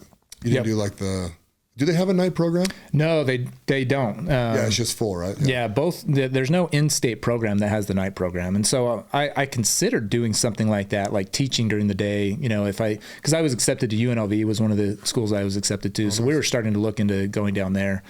And there was actually a guy from our high school, Sam Warren, that was in school, in the law school down there at the same time. And so I was talking to him, and we were planning on that before I got accepted into Utah. And so I thought about doing like the, teaching during the day and maintaining an income and stuff, but it wasn't an option. So. No, that's way cool. It's funny. I got a 150 on the LSAT, which, dude, I don't know. Dude, I've never studied so hard for something in my life. I was doing that course down in Provo. Did you do that same course? The ACE course? Yeah. I think is what it was called. Yeah. That is exactly what it's called. Yeah. Because that was kind of the popular one around here. Oh, dude. The guy had scored a 180 10 times. Yeah. He'll go and take the test once a year and just get a 180 on it and then come back, which you got to be a little weird. Oh, yeah. It's like, I hated that thing. Well, the thing is so stupid, dude. The difference between a 150 and a 157 and like a 165 could be two freaking questions. Oh, yeah. It's well, that's the thing is the difference between your 150 and my 157 is probably two or three questions, or something like that. It's not that. Yeah, because people don't it's an actual bell curve. Yeah. And I every Saturday for like 6 months. I took a practice test, so I had taken so many LSATs. I think we did every Tuesday night and every Saturday. Yeah. And I was still in college too, so it was just like I was never seeing my wife. I was always reading this bull crap. I was taking it to work with me, and I'd on my lunch break do an hour of whatever. Yeah. I will guarantee you on the games, I either scored 100% or only missed one question, right? Those games? Because you either get them right or you get them wrong. Oh, yeah. But every one of those I was like, oh, okay. And then I would do them backwards. Yeah. That was what they teach you. And then you would change a variable and do it again and see if you got correct answers. So there's these little checks he would teach you. Yeah. Right? And because if you plug the wrong thing in, it should always be wrong, right? And it's so it did. Yeah. And I was like, okay, check. Then I got to the reading. I realized I cannot read something I don't care about. Can't do it. Yeah, and the questions they give you for that is just completely random. Oh, what was the author's intention? Yeah. I don't know him. Yeah. You know what I mean, dude? It's just it's still I still don't understand, I would have to I'd have to look into it and try to understand what exactly the way the LSAT is structured, because that has nothing to do with the law. That's something everybody needs to know, right? It doesn't have anything to do with law school, right? No, nothing at all. Yeah. It only tests how you think. Yeah. And I get that, as an attorney, you have to think certain ways. Yeah. But I think it's something that you can learn too. I mean, a 157 is not a great score, so I didn't do great on that test. But I feel like you learn, that's what law school's for, right? Is you learn how to think like a lawyer. But the weird thing is like those questions, I still look back on it. I'm like, those games and the reading comprehension of some random, passage of text. I'm like, how does that test, who's going to do well in law school? Yeah. So, and I look at it, and I was probably in the bottom third of LSAT scores going into my class in 2010, but I ended up in the top third of my class. So yeah, exactly. Is it really good? I don't know. Yeah, exactly. Right. I think I'm a lot better at playing the game of school than it's taking a standardized test. Right. So, right. Well, and it's funny because I do this thing where I do not want to make excuses for myself, especially to me. Right. Yeah. So sometimes when you talk to people, you're like, oh yeah, we got a 150. I got half from right, half from wrong, and people are like, oh, that's cool, And I'll be like, well, I got really good grades though, I got to qualify myself, right? I'm not a dummy. But then like when I'm like looking in the mirror, I'm like, what the hell was that? You know what I mean? And I'm always just like, the truth of the matter is, it's like, that is just not my jam. Yeah. Nothing about that other than the games. That test, it's just not for me. I just can't do it. I just had to accept the fact that I'm like, I still remember the freaking paragraph. It was about wormwood and sandalwood and the differences between them. Dude, I read the first paragraph and I was like, I didn't retain any of that. So I read it again and I'm like, I'm not retaining. I started freaking panicking, right? So then I'm like, well, let me look at the first question so I can like have something to identify inside the paragraph. And it was what was the author's intention with 5 answers that are all similar. And I was just I don't get that. I don't know. That's interesting. I took it like a little bit after Drew Millar did. And I want to say that Drew got he got a good score. I want to say he got like a 167 or 168. Wow. Which you're like, because you think like 180 is perfect, right? Or not perfect. It's actually the top. Yeah. I think it's a bell curve. Yeah. And I remember, and he was like a little bothered with it. Maybe he got a 164, but then you look at it and it's like, dude, the difference between a 167 and a 170 is one question. And it depends on who in the country took the test that day. Yeah, it does. And that's also the crazy thing is that's the difference between going to, a top 15 school or a top 30 school. Yeah. One question. One question. Yep. Yeah, that's bananas. Yeah. See, and the funny thing with me is, I probably told you this story, but I got into Texas Tech and they were probably like, I don't know, 70th or 80th ranked, something like that. Yeah. One other thing I did that was really dumb is I applied to all these schools. Excuse me. I applied to all these schools I had zero chance of getting into, right? Like University of Georgia, University of Texas, Yale. I sent it to Yale and Harvard because I wanted a rejection letter. Oh yeah. I mean, that's kind of fun, right? Yeah. And so I have like 13 rejection letters. Oh, yeah. I'm actually going to frame them all. There you go. Right. And I want to, it's a thing. I need to do it now because I think I've been successful enough that I can actually like brag about it. Yeah. I think you're at that point now. Yeah. Where it's like, you've cleared screw you. Yeah. You know what I mean? I almost want BYU and Utah to like ask me for a donation. Even though I've actually donated to BYU a lot, but because I'm friends with like Mark Pope and stuff. Right. Yeah. But it's like, no, just put this letter. You hate me. I hate you, Yep. And so, and dude, the thing is crazy about BYU though. Did you ever get in? Did they ever? No, I didn't. Yeah, they were. Yeah. No, dude, there are so many LDS guys and girls, right? Well, when you really break it down, right? They want half women, they want half guys, right? Yeah. And they want, freaking 60% minority, right? So when you really whittle it down to the class, it's like, dude, you're vying for 6, 7, 8 spots. Oh right? yeah. And there are bros that get a 180 on the LSAT and they're like BYU or nothing. And it's like, you are screwing this up for people. Go to Harvard. Seriously. Get out of here. A lot of them did get accepted into the Columbias and Harvards and Yales and stuff. But part of going to BYU is, I think part of it's probably LDS culture. Yeah. But I also think that part of it is the cheap tuition.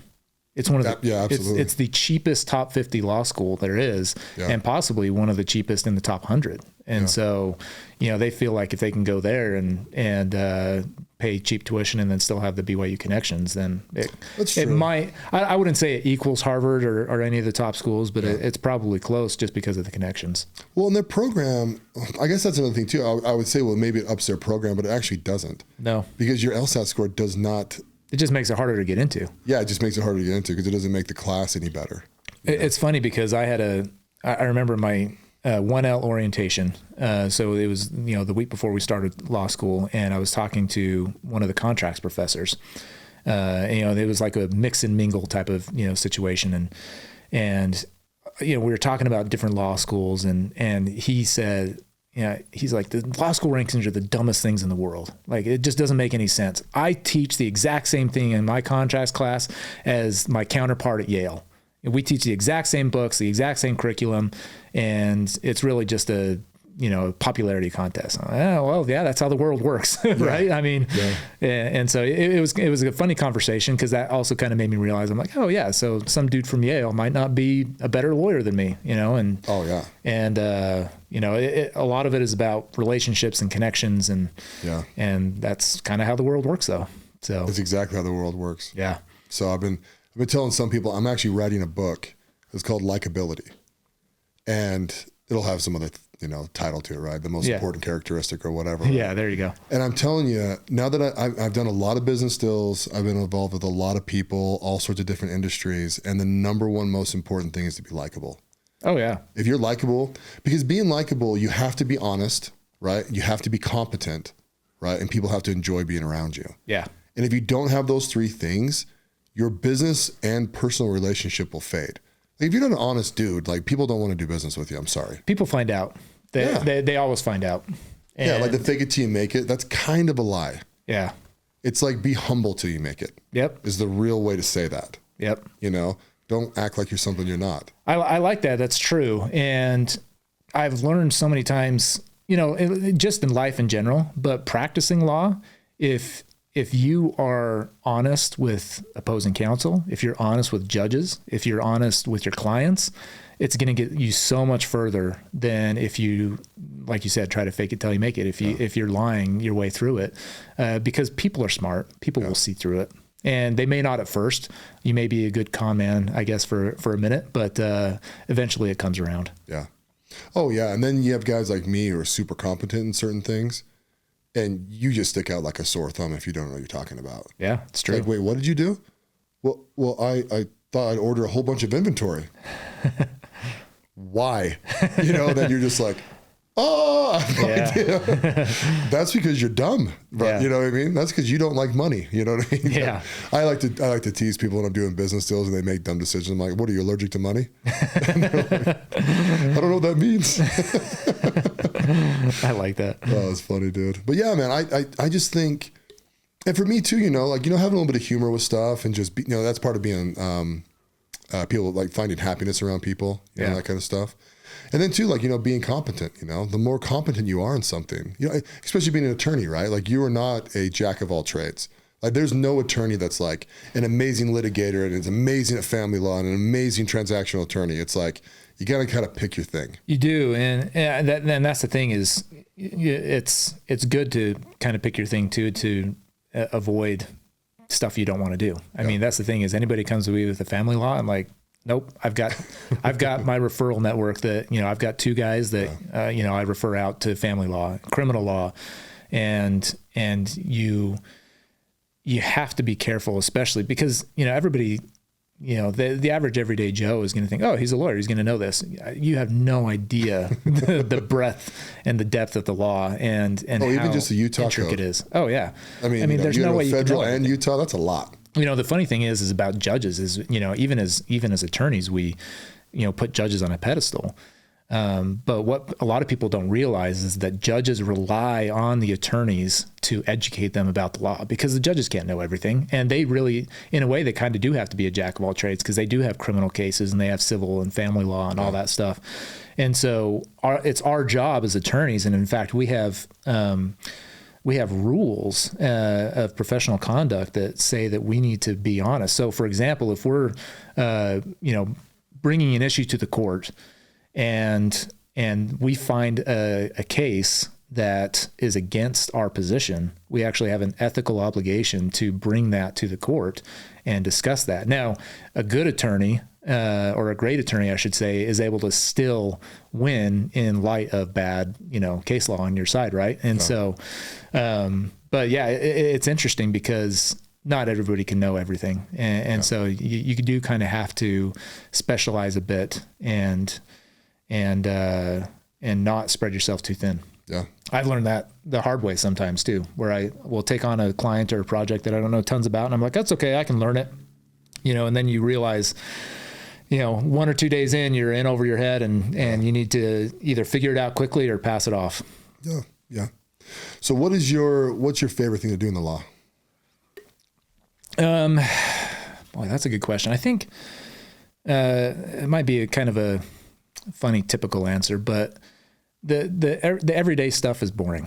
It's when you get a really unique situation and you've got to be creative, and it's the situations where you really have to think, kind of write it out a little bit, see if that works. No, it doesn't. You got to think through it. And so those unique situations that are not the common everyday, breach of contract or whatever it may be, where you've got to be creative. I work a lot now with clients that they have to be creative in structuring their businesses. And, I talked to a client yesterday that she's like, I'm getting killed with taxes. She's got a startup business doing well, but she's getting killed with taxes. And so she basically said, I got a CPA and I've got you, and we need to figure out a better strategy for me to operate these. And she's got one business, but she's kind of got like different aspects of the business. Right. And so those situations where clients come to me and they say, this is my issue and I need something outside of the box. I like those ones. Yeah. So, and then taking depositions. I've litigated for most of my career. I've transitioned and learning a lot more about transactional work. But taking a deposition is one of the more fun things you can do, because that's where the rubber hits the road, right? Yeah. You get somebody in that seat, they're under oath, and they have to answer your questions. Yeah. And you've got to be strategic about your preparation for it. And going into it, it's fun because I get nervous, and you realize that the case could hinge on what that witness says. Yeah. So I've sued a few people in my days, and one guy I invested a bunch of money with. This is probably my late 20s. So probably 11, 12 years ago, something like that. Right. And, we went to the deposition. It was in my attorney's office right downtown. Yeah. And, the guy just straight up lied to me. He defrauded me. He sold me security. Yeah. And he was in a lot of trouble. Yeah. And the good thing was I sat down with my attorney, and my attorney explained it to me, Doug Shumway. Yeah. Explained all what's going on with it. And he didn't come into the deposition with me because it's not his jam. So he sent in one of his other guys, right? Uh-huh. And I kept on asking questions in there, right? Which I don't actually have the right to do that, right? Or do I? I can't remember. Not necessarily, no. Yeah, because the other attorney came on telling me to shut the hell up. Yeah. Because I'd be like, well, ask him this. What about this? You know what this is, And my attorney would just look at the guy, and he's like, objection. He's like, he can't be asking, got all freaking contented. And so it got to the point where, because the attorney that came in there didn't know the details like I knew the details. Yeah. Right? And so, so funny, dude. And the other attorney was getting pissed. Right. But you have to sit there. You have to take that bull crap, court recorders in there, the whole freaking 9 yards. And it got to the point where I was literally writing questions on a yellow pad and just sliding it to my attorney. See, now that you can do. There you go. He'd slide it back, and the guy's like, we need a break, so they go busting out of there. Right. And, my attorney takes me to his office, and I'm like, sorry, dude. And he's like, sorry. Keep going, dude. Are you kidding me? This is the best. This is what we want. I want you riling him up. So by day 2, though, it was, I can't remember if we planned it or what the freak, but I literally just stand up in the middle of them. This is pissing me off so bad. I just give a shit that you go to jail. Yeah. Right. And I don't even care about this. And I just walked out. Right. And it was this whole theatric thing. Right. Oh, it's all about the theatrics. Yeah. My attorney's like, listen, my client is freaking irate, as you can tell, you know what I mean? And he doesn't care so much about the money anymore. He just wants you punished. And then he's like, you guys need to come up with a settlement agreement because I don't think I can talk him off this ledge. Blah, blah, blah. And it ended up settling with me, and we worked it all out and everything. Oh, there you go. Yeah, it was pretty fun. And I remember thinking, I'm like, I could do this. Yeah. What I mean? And one of the attorneys there, he's one of the partners, right? And he was a former bishop, a good LDS guy, right? But his first question every time is, why are you an effing liar? And he just blasts them with it, and they're like, objection, whatever. And then the guy has to answer, and it's just so funny. It just throws them off. And yeah, I could do depositions all day, especially super contentious ones. Oh yeah. They'd be way fun. I have one story, one incident where the opposing counsel about came across the table at me. Really? I kept objecting to his questions because he kept asking the same question, right? But and he was a good attorney. Not by any means was he a bad attorney, but he was just trying to get the answer he wanted out of my client, and so I just kept objecting. And objecting, and he got all red in the face. He was a pretty big guy, actually, and stood up and pounded the table and said, "You better knock that off." And I was like, "Whoa, okay." Yes. But that's when I knew I had essentially won the deposition because I had gotten under his skin. Yeah. And I've had people. It hasn't been too bad. I've had a few people get upset, and it gets a little, like you said, it gets a little contentious. Yeah. But yeah, that was my one fun deposition story of. It's like, have you seen the Texas attorneys on YouTube that like fist fight? Oh no, I haven't seen that. I gotta check that out. Just attorneys fist fight and deposition. That's all you got to put in, bro. It's so funny. They're just like, you got that Southern drawl. It's like, well, you son of a bitch, just dude, all of a sudden it's like camera falls over, guys are fist fighting, dude. It's like, oh. Attorneys have got to love this. Oh yeah. Because so the other time I sued someone, I'll tell you, it was really funny. So it wasn't funny at the time, but it's funny now. Yeah. Right. So we do this job in California. They just straight won't pay us. It's a $1 billion construction company. SJ Amoroso, F you. And they just won't pay us. It's like $120,000, right? They claim that we had extra workers there, and they're like just bumping us around with like paperwork and just won't pay us anything, right? So we end up suing them. And there's some things in California I didn't know, and I don't think my attorneys knew it either. So they sent a settlement offer for like $46,391, right? I was like, what the hell is this? Yeah. So my attorney calls me up and goes, hey, they've sent this offer in. This is a deal that they have to pay you within like 11 days or some weird California law, right? Yeah, I've heard of those kinds of settlement offers, yeah. Yeah, the problem is if you reject it, it takes attorney's fees off the table. Mm-hmm. Right. And so I reject it because I'm pissed. Right. So I'm like, I'm not going to take $40,000. They owe me this and I'm freaking, $12,000 into you. Yeah. You know what I mean? And so my attorney's like, you're right. Blah, blah, blah. We'll reject it. So they reject it. Right. Anyways, 3 years later. Right. I'm probably $45,000 into this freaking lawsuit. Right. It's going nowhere. We go to mediation. I'm just, dude, it was one of those mediations where I'm like in a room, they're in a room. Yeah. They bounce back and forth all day, $6.95 an hour, by the way, just for the mediator. Yeah. And I'm like sitting in there, eating my sandwich from Panera, you know what I mean? Just like getting more and more angry. Yeah. And it was like, it was probably just 8 hours a day, then like my attorney wanted to go to dinner and then, I barely know him. So it's like, cause he's a California guy, right? Yeah. So like, I don't want to go to dinner with you. I want to go scream in an ocean, So by day 3, we get day 3 mediation. Oh yeah. Wow. Oh yeah, dude. Because that's a long story. Yeah. So I'm sitting there, and they had 2 lady attorneys, and they had a lady come over from the construction company that was, I don't know if she was their HR. Right? I don't even know who the heck she was. Right. Yeah. They had countersued me in the meantime, right? I mean, this thing got ratcheted. Oh yeah, of course. Right? Of course they countersued me, right? Because they've got unlimited funds, Yeah. It was like this whole thing, And so I'm sitting there at the conference table, and I'm looking at these like 3 attorneys, 1 dude, 2 chicks, this other chick, probably another guy from their side, right?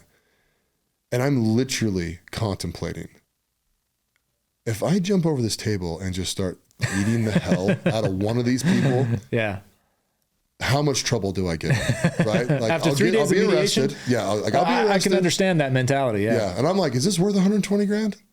And I'm literally like, I'm honest to God. Yeah. Contemplating jumping over this table, right? Which would have been on YouTube and the news probably. Yeah. And they do a break, they're just like, well, we feel like you're dishonest. Or they said something like, just so like, it just got me. Yeah. I finally broke down and it got me, right?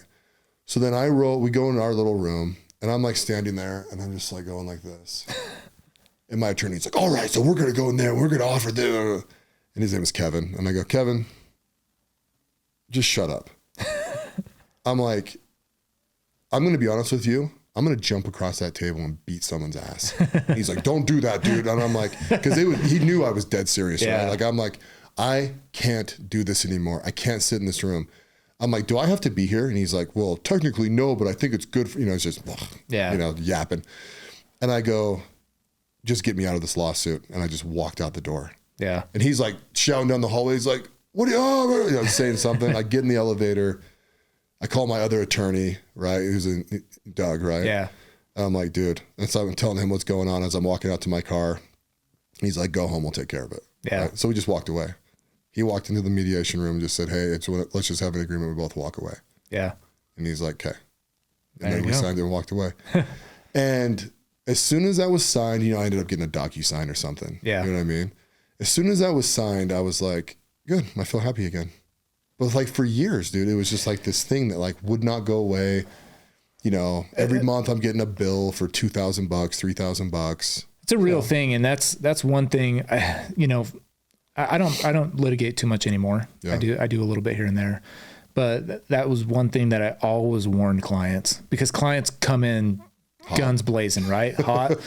And I said, you got to realize litigation fatigue is a thing. Yeah. And I don't want to take your case. I don't want to be your attorney if in 6 months you're going to hate me, because that's the way the judicial process is. It is slow. You got to be in it for the long haul. And I've talked so many people, because people want to file a lawsuit as a threat. I said, no. That's the worst thing that you can do. Because as soon as you file that lawsuit, you have to be in it. You have to be in it for the next 18 to 24 months. You've got to commit to it, because you can't just file as a threat and then hope that they're going to settle, because what if they don't? What if they countersue? Yeah. And that's a real thing. So I'm very, very honest with people up front. And I kind of joke about this, but I'm serious too. I think I've probably turned away more people than I've accepted. And I'm upfront with people. I'm like, hey, this might be a bad business decision for me, because this is a lawsuit that could last 18 months and I can make a bunch of money off of it. Yeah. But at the end of it, you're going to hate me, and you're going to hate the other side, and you're going to hate the judge, and it's not going to be good for anybody. So let's try to figure this out. In fact, I've been successful a few times about settling a lawsuit, either through mediation or just negotiations with the other side before the lawsuit was ever filed, because that's the best time to do it. And it sucks. And settling is like kissing your sister, right? Like nobody comes away happy. Right. But at the same time, they don't realize how much grief they're going to endure for that. And so, like you said, you walked out of that and it's like, you didn't get your money back, but for that to be taken off your shoulders, it's not a distraction anymore. Yeah. And so if you can figure out a way to figure it out before you get deep into it, that's my best advice, honestly. Well, and mine too, and feel free to share this with your clients, but like mine was a slow burn. Yeah. When we filed the lawsuit, they weren't responding, like nothing, right? So I was just like, hey, fire a lawsuit up. You know what I mean? Yeah. And like, it didn't even really bother me. Yeah. I was just like, okay, it's just one of those things you have to do. This is just one of those situations. It was all the buildup during it. Yeah. Like when they countersued me, right? It was probably 18 months in. I was like, what? Yeah. For what? Yeah. You know what I mean? Well, they said fraud or whatever, right? It's just some blanket term, right? Yeah. I'm like, fraud. You know what I mean? Yeah. Then you start taking it personally, right? Yeah. Like, how dare they? They owe me money. Like, my hoops are sitting in this gym in Palo Alto, California. Yeah. One of the richest freaking school districts in the country. Yeah. You know what I mean? And and it was a slow burn. And at the end, I didn't even come in hot. That's my point, right? I didn't like, I'm going to sue them because they're bad people. It was just like, this is my only option. Yeah, they're not responding. Yeah. But by the end of it, dude, oh my gosh. I'm actually a little surprised I didn't do something, because I'm like, I've never had a criminal record. It's like, I got at least one, I'm sorry. You know what I mean? Yeah. And I might have just saved it up for that moment. Today's the day. And so it was probably good you just walked out. Oh, absolutely. Yeah. Absolutely. And I did. I felt when it was settled and I finally signed the documents and it was just gone, and the bill stopped coming. Yep. I didn't even hate my attorney. It just needed to be done. Yeah. Yeah. It's just fatigue. Yeah, it is absolute fatigue. It is. So unfortunately, that's the way the system works. It's a good system, but it's not a perfect system. Right. Right. So how have you liked it as a career? How many years are you in? So I am 9 years in, almost exactly now. It's good. I think any kind of a career job has its ups and downs. People will say, do you like doing this better than teaching? I'm like, some days. Yeah. Some days I would much rather be teaching some, juniors in high school about, World War II or something like that. Right. So it's been good. I've gotten to the point where I can now have a little bit of freedom. I put my time in, I put the hours in, and there was days I was billing at 10, 12 hours a day and putting that grind in. But I've gotten to the point now where I can do things like this. Yeah. I can take time and do this and spend time with my family and do that. So it's been good. You have to. The mistake I made was going into being an attorney for the money. Because it looked like a much better paying job than being a teacher, and I was looking only at the dollars at that time. And I found my niche, I found my way. But that's the worst advice, that anybody, or the worst thing that anybody could do is go to law school and become an attorney, because it's a high paying job. Yeah. Cause you're not going to be happy. Actually not. No, I mean, that's most people. It's not. For most people, it's not. And that's the thing. You have to learn that, and you learn that the hard way. And I've done decent for myself, but most attorneys, I mean, especially in the state of Utah, we've got a decent amount of attorneys, and we've got some good, companies here and stuff, but, it's not actually, it's not like being a business owner or an entrepreneur where the upside is a lot bigger. Yeah. You kind of have a ceiling, you work by the hour most of the time. And if you're not working, you're not getting paid. Exactly. Yeah. So would you recommend it as a career path to those? I mean, I guess, right? You'd recommend it to the people that it fits them. Yeah. I would not recommend it to everybody. Yeah. A lot of attorneys will joke, that they wouldn't recommend it to anybody. It's one of those things, but I think there are definitely some people that it fits. And I've made it fit for me. But you have to go into it with the right intention, and you have to go into it with a goal. I didn't know any attorneys. I literally didn't know any. I didn't have any family members. I didn't have any family friends or anything like that were attorneys. And so I went into it fairly blind and not really knowing what it was about. And so now that I've figured out what it's about, I think I could give people some, better advice, if they come to me and say, hey, this is a good career path for me. Let's sit down and talk about your goals and what you want out of life and what you want to do, because most likely it might not be the right path for you. Yeah. And there's a lot of attorneys. In fact, attorneys have a very high depression rate because I think a lot of people got into it thinking, hey, it's going to be a good high paying job. And then they are slogging, billing by the hour, dealing with clients that don't want to pay you. And so it can be a tough situation. Yeah. My main deterrent was, so I wasn't going to be in the best law school, which I was okay with. I actually liked school, so I was kind of excited to go to school. But then it's like, okay, so if I'm not going to be top 5% in this school, which who knows? Yeah. Right. That's the most unknown thing probably ever in this whole equation I was coming up with. Right. Yeah. If I'm not in the top 5%, then I am not going to land into a good law firm in Texas. Yeah. Right. And if I don't get into a good law firm, then I'm in a mid-level law firm, and then I've got to be the best performer there. It was just, I just felt like everything was stacking to get further and further behind with no margin. Yep. And I'm like, do I legitimately want to do 60 to 70 hours a week billing at a law firm? And I had gone and visited a couple, right? Do I want to do this? And dude, it was screaming at me, no. Yeah. And I put my money down on a seat. The only reason I didn't go is because my dad came to me, and because he's a procrastinator, said, it's like, you could have done this 9 months ago.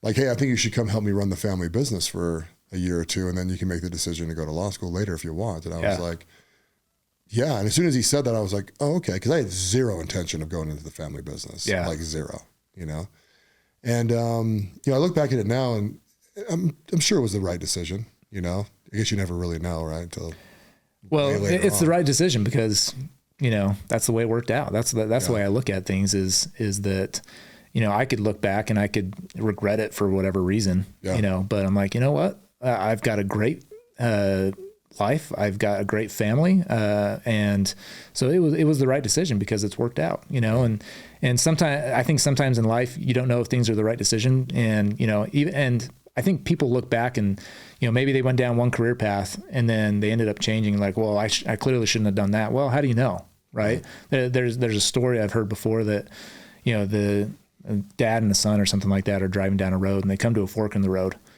and they don't know which way to go. They don't know which way is, getting them back home. And so they go down one way and comes to a dead end. So they know that that's not the right way. So they go and they turn around and the son says, well, why did we go that way? That was the wrong way. We should have never gone that way. He's like, well, no, like it was good that we went that way, because then we found out that wasn't the way home, and so we were able to figure out the right way home. So I think it's one of those things that things work out, and you make decisions in life, and you live with it and you go with it, and sometimes things change. Yeah. So exactly.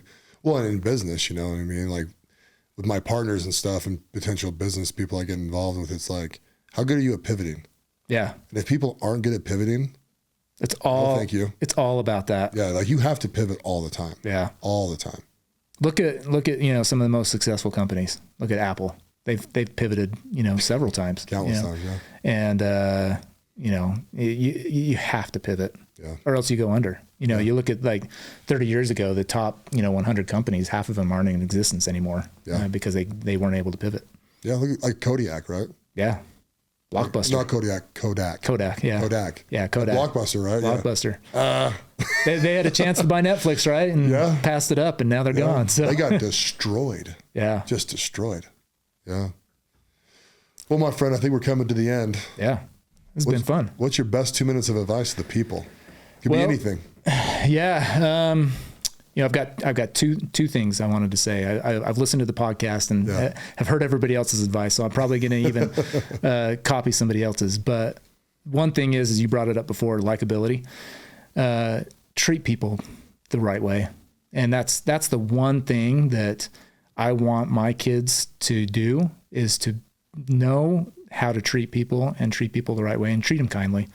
Our kids are going it's a tough world, and bullying and cyberbullying is a real thing, and there's just no room for it.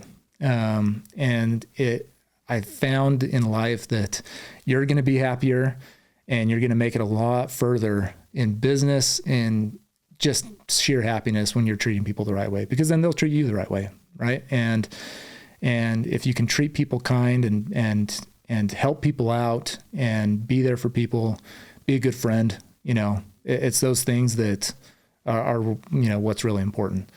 So that's number one. Number two is don't put blinders on.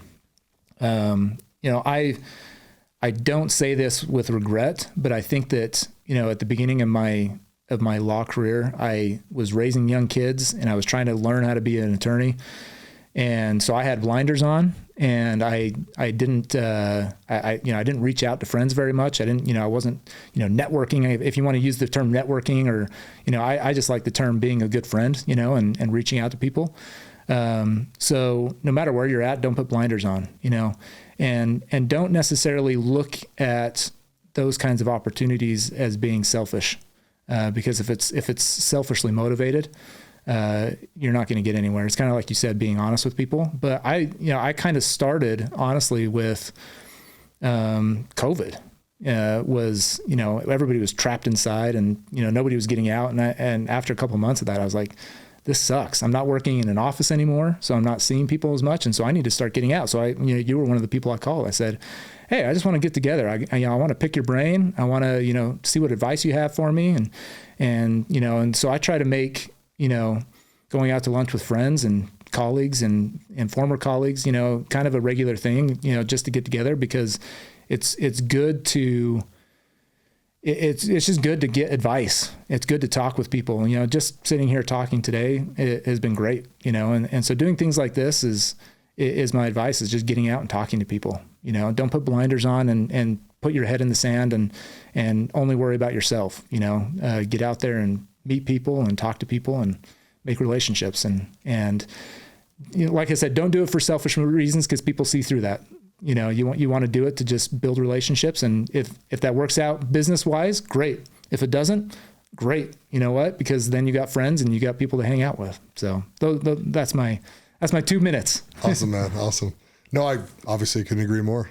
So I totally agree. I think life is better when you have good relationships. Yeah. And relationships take time, and they take opportunity, and they take experiences. Yep. Even if it's just a text or sending funny memes to each other, like you got to interact. Yep, definitely. Well, cool, dude. Well, thank you again for coming on the podcast. Yeah, thanks for having me on. It's been a blast. Thanks for listening to the President McCormack Podcast, brought to you by McCormack Foundation, Saxton Fund, ADP Lemco, and Professional Floor Systems. Make sure you subscribe to the podcast and keep up with Mark on Instagram at President McCormack.